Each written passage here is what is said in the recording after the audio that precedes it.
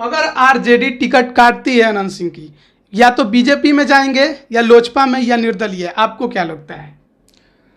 मुझे लगता है कि किसी न किसी पार्टी के साथ जाना चाहेंगे। वो हो सकता है कि अनंत सिंह आरजेडी से अलग होकर के भी अपना कोई कैंडिडेट दें वहाँ। दूसरी चर्चा ये हो रही है कि चिराग पासवान भी वहाँ एंट्री कर सकते हैं, तो ये भी हो सकता है कि चिराग पासवान के पार्टी से उनकी पत्नी लड़ें और बीजेपी बाहर से सपोर्ट करे। बीजेपी भी इंटरेस्टेड है कि वहाँ किसी तरह से अपनी पैठ बनाई जाए, वहाँ जदयू लड़े मोकामा सीट और आरजेडी को गोपालगंज की सीट दे दी जाए। तो ये फिर जदयू अगर लड़ती है तो ऐसे भी अनंत सिंह का पत्ता वहाँ साफ हो जाएगा। जदयू के कुछ एक नेता बीजेपी के पास लॉबिंग कर रहे हैं कि टिकट मिले बीजेपी से, तो वो पार्टी बदल देंगे। इस्तीफा देने के बाद जो कार्तिकेय सिंह का बयान आया कि भूमिहार होने के चलते उन्हें निशाना बनाया गया, तो ये सीधे सीधे बीजेपी पर हमला है। मुकेश सहनी का वहाँ कोई बेस है नहीं, मगर अगर वो मजबूत कैंडिडेट चुनते हैं जिनका आप जिक्र कर रहे हैं, ललन सिंह, तो वो थोड़ा प्रभावित कर सकते हैं चुनाव को। मगर वो चाहते हैं लड़ना, बीजेपी को भी अप्रोच कर रहे हैं, मुकेश सहनी उनको अप्रोच कर रहे हैं। एक तो कि आपने मंत्रिमंडल से इस्तीफा करवाया, दूसरे की टिकट भी नहीं दिया, तो इसका एक असर जाएगा और जो उनका अभियान चल रहा था ए टू जेड और बुमाई, उसको धक्का लगेगा। इसके साथ एक और चीज देखने वाली बात है, जैसे ही महागठबंधन की सरकार बनी, अनंत सिंह के खास बंटू सिंह जो कि आरजेडी के प्रवक्ता है, वो भी भूमिहार है, उनको भी हटा दिया गया। तो ये सब चीज़ें हैं जो कहीं ना कहीं राजनीति को प्रभावित करेंगी, मोकामा की राजनीति को और चुनाव को भी प्रभावित करेंगी। नमस्कार, आप लाइव बिहार देख रहे हैं, मैं हूं राजमोहन तिवारी। देखिए, बिहार में महागठबंधन की सरकार बन गई है, यानी दो धुर विरोधी दल आरजेडी और जेडीयू अब आपस में एक साथ सरकार चला रहे हैं। लेकिन आपको बता दें कि अब बिहार में दो सीटों पर उपचुनाव होने वाला है। एक है गोपालगंज, जहां पर बीजेपी के विधायक पूर्व मंत्री सुभाष सिंह का निधन हो गया, इस वजह से उपचुनाव होगा। और दूसरा है मोकामा की सीट, बहुचर्चित सीट है क्योंकि बाहुबली विधायक आरजेडी के अनंत सिंह को 10 साल की सजा हो गई, सदस्यता चल गई है, इसलिए अब वहां पर भी चुनाव होने वाला है। उनकी पत्नी नीलम देवी तैयारी कर रही हैं। कुछ दिनों पहले तक उन्होंने कहा था कि तेजस्वी यादव से उनकी बात हो गई है, आरजेडी के टिकट पर वो मोकामा की सीट पर उपचुनाव में उतरेंगी। लेकिन अब खबरें बदल रही हैं। जब से महागठबंधन बना है उसके बाद से बहुत कुछ समीकरण मोकामा का बदल रहा है। क्या कुछ समीकरण बन रहा है, इस पर बात करेंगे। वरिष्ठ पत्रकार प्रवीण बागी हमारे साथ हैं। बहुत कुछ अब खबरें निकलने लगी हैं मोकामा को लेकर। सर, क्या कुछ देख रहे हैं?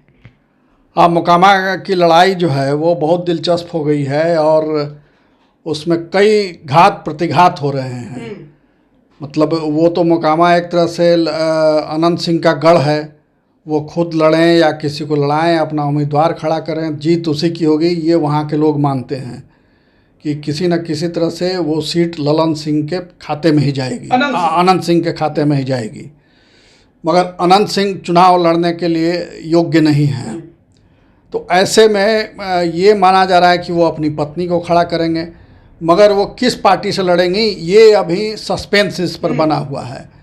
आरजेडी से वो पिछले बार विधायक बने थे, मगर आरजेडी से ये कहा जा रहा है कि उनके रिश्ते अब पहले जितने मधुर नहीं हैं। वजह चाहे जो भी रही हो, और ख़ास करके अभी उनके प्रतिनिधि के रूप में जो सरकार में शामिल थे कार्तिकेय सिंह, उनको जिन परिस्थितियों में इस्तीफा देना पड़ा और जो अप्रिय स्थिति पैदा हुई सरकार के समक्ष, उसको लेकर के ज़्यादा खटास बढ़ गई है दोनों के रिश्तों में। तो ये माना जा रहा है कि हो सकता है कि अनंत सिंह आरजेडी से अलग होकर के भी अपना कोई कैंडिडेट दें वहाँ।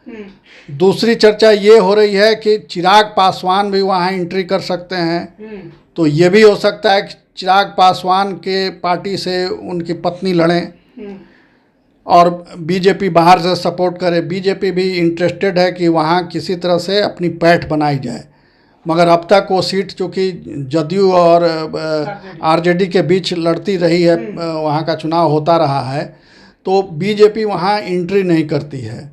और बीजेपी के जो उम्मीदवार थे पहले एक बार वो अब जदयू में शामिल हो गए हैं। तो बीजेपी के पास कोई उम्मीदवार भी अच्छा नहीं है।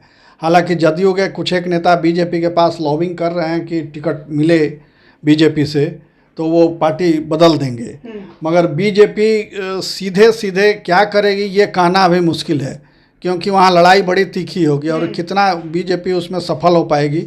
इसलिए बीजेपी ये सोच रही है कि अप्रत्यक्ष रूप से कैसे चुनाव को प्रभावित किया जाए और कैसे वहाँ जो महागठबंधन की सरकार है उसके उम्मीदवार को कैसे हराया जाए। तो ये अब तय होगा, आने वाले समय में स्थिति स्पष्ट होगी कि क्या अनंत सिंह की पत्नी चिराग पासवान के पार्टी के उम्मीदवार होंगी और बीजेपी बाहर से सपोर्ट करेगी या खामोश रह के सपोर्ट करेगी, और फिर वहाँ से आरजेडी किसको देगी। ये भी एक चर्चा है कि वहाँ जदयू लड़े मोकामा सीट और आरजेडी को गोपालगंज की सीट दे दी जाए। तो ये फिर जदयू अगर लड़ती है तो ऐसे भी अनंत सिंह का पत्ता वहाँ साफ हो जाएगा। तो ऐसी स्थिति में चिराग पासवान की स्थिति वहाँ मजबूत हो जाएगी। तो यही वजह है कि वहाँ का चुनाव दिलचस्प हो गया है और मोकामा में हर चौक चौराहे पर यही चर्चा हो रही है कि अनंत सिंह का रुख क्या होगा, अनंत सिंह किधर जाएंगे। बात जब मोकामा की होती है तो भूमिहारों की चर्चा सबसे ज़्यादा होती है, काफ़ी गढ़ रहा है, वहाँ पर तादाद भी उनकी सबसे ज़्यादा है। लल्लन सिंह जो कि जेडीयू के राष्ट्रीय अध्यक्ष हैं, भूमिहार हैं, वहीं के हैं। अनंत सिंह और उनके बीच की टकराहट जगजाहिर है, 2019 के लोकसभा चुनाव से शुरू हुआ और ये भी अब कहा जा रहा है कि लल्लन सिंह का प्रेशर आरजेडी पर है और भूमिहार नेता के तौर पर लल्लन सिंह उभरना चाहते हैं। इसलिए पहले उन्होंने कोशिश की कि कार्तिकेय सिंह को मंत्रिमंडल में शामिल ना कराया जाए, उसकी जगह पर आरजेडी के सौरभ कुमार जो कि पश्चिमी चंपारण से एमएलसी बने, उन्हें मंत्रिमंडल में शामिल कराया जाए। शामिल हुए लेकिन इस्तीफा देना पड़ा। अब ये खबर है कि जीती हुई सीट आरजेडी जेडीयू को दे सकती है, तो ये माना जाए कि लल्लन सिंह का प्रभाव आरजेडी पर है, महागठबंधन पर है। बिल्कुल, लल्लन सिंह का प्रभाव तो है ही, जदयू के वो राष्ट्रीय अध्यक्ष हैं तो इस नाते उनका असर है ही, और ये सरकार बनाने में, गठबंधन बनाने में भी उनकी भूमिका रही है। बीजेपी से कैसे अलग हुआ जाए और कैसे फिर राजद से रिश्ते जोड़े जाएं, इसमें भी उनकी प्रमुख भूमिका रही है। तो ये संभव है और नीतीश कुमार के पाला बदलने ये बता दिया है कि राजनीति में कुछ भी संभव है, धरती आकाश से मिल सकती है, आकाश धरती पे आ सकता है। तो क्या इसका मतलब ये माना जाए कि महागठबंधन की सरकार बनाने के लिए अनंत सिंह की कुर्बानी आरजेडी ने दी? हो सकता है, राजनीति में ये कोई नई बात नहीं है, घात प्रतिघात चलते रहता है। अपनी कुर्सी बचाने के लिए, खुद आगे बढ़ने के लिए नेता दूसरे की बलि लेते और देते रहे हैं। तो ये इसमें अगर ऐसा हुआ भी होगा तो कोई इसमें आश्चर्य की बात नहीं है, ये संभव है। मगर एक और इसमें महत्वपूर्ण खबर है कि मोकामा में 2 दिन पहले से ये सूचना थी कि कार्तिकेय सिंह इस्तीफा देने वाले हैं, इस्तीफा देंगे। तो इसलिए ये लगता है कि जो जदयू के साथ उनके रिश्ते हैं या आरजेडी के साथ जो रिश्ते हैं वो शायद ब्रेक कर जाएं। मगर इस्तीफा देने के बाद जो कार्तिकेय सिंह का बयान आया कि भूमिहार होने के चलते उन्हें निशाना बनाया गया, तो ये सीधे सीधे बीजेपी पर हमला है। तो इसका मतलब कि बीजेपी पर वो हमला कर रहे हैं तो फिर पहली बात सही नहीं होगी। और अगर ये हमला सरकार में शामिल लोगों पर है जो इस्तीफा के लिए उन पर दबाव बनाया गया, उन पर है अगर ये, तो फिर दूसरी बात सही होगी। उन्होंने किसी पार्टी का नाम नहीं लिया था, नहीं लिया, पार्टी का नाम नहीं लिया, मगर समझा जा रहा है कि सारा बीजेपी पर है, क्योंकि बीजेपी ने ही ये मुद्दा उठाया था और लगातार इस्तीफे की मांग की थी। तो 2 सीट पर उपचुनाव, एक मोकामा एक गोपालगंज, क्या ये हो सकता है कि जेडीयू मोकामा लड़े, आरजेडी छोड़ दे और गोपालगंज आरजेडी के खाते में चल जाए? ये संभव है, क्योंकि देखा जाए अगर तो मोकामा की सीट पर जेडीयू चुनाव लड़ती रही है, ये सत्य है, पिछले बार भी लड़ी थी, लेकिन अनंत सिंह वहाँ पर अजय रहे हैं, कोई हरा नहीं पाया है उनको आज तक। तो क्या ये जो बीजेपी को लेकर चर्चा छिड़ी थी कि बीजेपी में भी नीलम देवी शामिल हो सकती हैं, और भूमिहारों को लेकर एक चर्चा ये भी है कि बीजेपी के सपोर्टर रहे हैं भूमिहार, और बीजेपी भी ये चाहेगी कि जो वोट उसका भूमिहार का छिटक रहा था वो अनंत सिंह के जरिए फिर से लौट आए, क्योंकि कहीं ना कहीं अनंत सिंह को एक तौर पे देखा जाता है कि भूमिहार नेता के तौर पर वो हैं। तो क्या बीजेपी अनंत सिंह को अपने पास पाले में नहीं ले सकती है? देखिए, राजनीति में कुछ भी असंभव नहीं है, मगर मुझे लगता है कि बीजेपी जिस लाइन पर चल रही है उसमें सीधे सीधे अनंत सिंह के साथ अपना जुड़ाव नहीं दिखाना चाहेगी। अच्छा। तो इसीलिए चिराग पासवान का नाम आ रहा है कि चिराग पासवान की पार्टी से वो कैंडिडेट होंगी और फिर बीजेपी वहाँ मौन रह करके उनको समर्थन देगी। तो ये खेल बीजेपी कर सकती है, मगर क्योंकि सीधे जुड़ने में सेंट्रल लीडरशिप को फिर छवि को की वजह से जो अनंत सिंह की जो छवि रही है उसको लेकर के सेंट्रल लीडरशिप को दिक्कत होगी, बिहार के नेतृत्व को भी जवाब देने में दिक्कत होगी। तो इसलिए ये बहुत प्रैक्टिकल हमको नहीं लग रहा, मगर फिर भी राजनीति में कुछ भी हो सकता है, इससे इनकार भी चिराग और बीजेपी का गठबंधन अब दूर नहीं लग रहा है। और मोकामा की जब चर्चा करते हैं, एक और पार्टी है मुकेश सहनी की वीआईपी, अगर वो भी मैदान में उतरती है तो चुनाव को कितना प्रभावित कर पाएगी? मुकेश सहनी का वहाँ कोई बेस है नहीं, मगर अगर वो मजबूत कैंडिडेट चुनते हैं जिनका आप जिक्र कर रहे हैं, ललन सिंह, तो वो थोड़ा प्रभावित कर सकते हैं चुनाव को, मगर वो चाहते हैं लड़ना। बीजेपी को भी अप्रोच कर रहे हैं, मुकेश सहनी उनको अप्रोच कर रहे हैं, तो वो अगर आते हैं वहाँ मैदान में तो ये माना जा रहा है कि तो फिर लड़ाई वहाँ थोड़ा सा तीखा होगा और दिलचस्प हो जाएगा। तो ये देखना होगा कि कौन उम्मीदवार वहाँ होते हैं। लेकिन समस्या सबके सामने यही है कि अनंत सिंह के सामने किसे उतारें। अगर आरजेडी अनंत सिंह की पत्नी को टिकट देती है तो फिर बीजेपी के सामने समस्या है कि किसे उतारे। अगर बीजेपी या एलजेपी जो भी अनंत सिंह को टिकट देते हैं तो महागठबंधन के पास समस्या है कि किसे उतारे। यानी अनंत सिंह का जो वर्चस्व है मोकामा में वो साफ जग जाहिर है कि उन्हें हराना बहुत मुश्किल है। ये बात तो है, हराना उन्हें मुश्किल है, और जो भी उम्मीदवार वहाँ होगा वो हारी हुई लड़ाई ही लड़ेगा, ये माना जाता है, क्योंकि लोग भी वहाँ मानते हैं कि कोई इनके आगे टिकेगा नहीं। क्योंकि एक तो कि उनका वहाँ प्रभाव है, कुछ बाहुबल का असर है, कुछ लोगों की मदद करते हैं उसका असर है, कुछ भय है, आतंक है, तमाम मिले जुले जो तत्व हैं उन सब का प्रभाव ये है कि अनंत सिंह की स्थिति वहाँ अजय की बन गई है। आरजेडी को लेकर अभी बहुत एक चर्चा छिड़ रही थी पिछले 2-4 महीने से, भूमाई समीकरण की। कहा जा रहा था कि एमवाई के साथ भूमिहार अब जुड़ गए हैं, लेकिन अगर अनंत सिंह का टिकट काटते हैं, अगर अनंत सिंह को आरजेडी टिकट नहीं देती है तो वो जो भूमाई हो रहा था फिर वो माई हो जाएगा। अब बिल्कुल हो जाएगा, उससे एक मैसेज तो जाएगा ही। एक तो कि आपने मंत्रिमंडल से इस्तीफा करवाया, दूसरे की टिकट भी नहीं दिया, तो इसका एक असर जाएगा, और जो उनका अभियान चल रहा था A to Z और भूमाई, उसको धक्का लगेगा। इसके साथ एक और चीज़ देखने वाली बात है, जैसे ही महागठबंधन की सरकार बनी, अनंत सिंह के खास बंटू सिंह जो कि आरजेडी के प्रवक्ता हैं वो भी भूमिहार है, उनको भी हटा दिया गया। तो ये सब चीज़ें हैं जो कहीं ना कहीं राजनीति को प्रभावित करेंगी, मोकामा की राजनीति को, और चुनाव को भी प्रभावित करेंगी, और आगे आने वाले राजनीति का रास्ता भी तय करेंगी।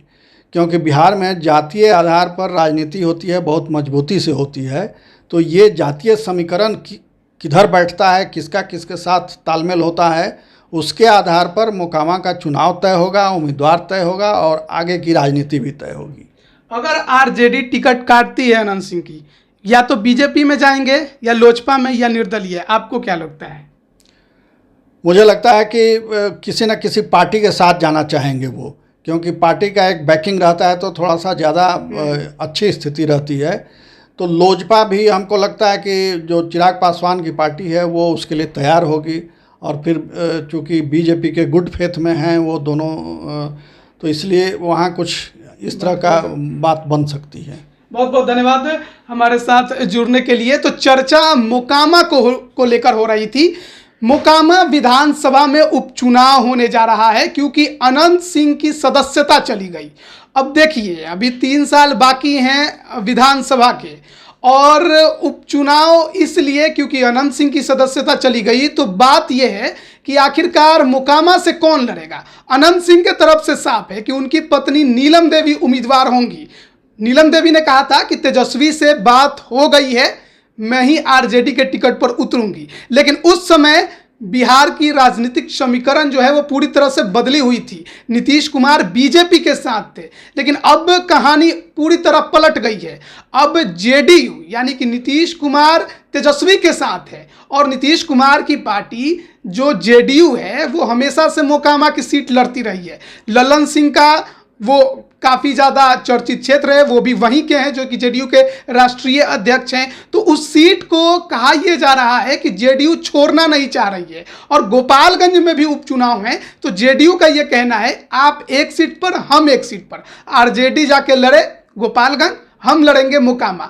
ऐसे में अनंत सिंह क्या डिसीजन लेंगे, यह सबसे बड़ा सवाल है। क्या वो बीजेपी के साथ जाएंगे या क्या बीजेपी उनको अपने साथ लेगी, या जैसा सर ने कहा कि लोजपा यानी कि चिराग पासवान की लोजपा चुनाव लड़ सकती है, बीजेपी समर्थन दे सकती है। अब देखना बड़ा दिलचस्प है, क्योंकि अनंत सिंह जेडीयू में रहे तब भी जीते, निर्दलीय उतरे तब भी जीते, आरजेडी में गए तब भी जीते, यानी कि उनका अपना वहां पर जनाधार दिखाई देता है। तो मोकामा का जो चुनाव है वो बेहद दिलचस्प होने जा रहा है। लेकिन क्या होगा, कौन उतरेगा, कौन विरोधी रहेगा, ये देखने वाली बात होगी। आप बने रहिए लाइव बिहार के साथ, तमाम अपडेट हम आप तक पहुंचा रहे हैं। आप सभी का बहुत बहुत धन्यवाद। लाइव बिहार यूट्यूब पर सब्सक्राइब और फेसबुक पर लाइक जरूर करें।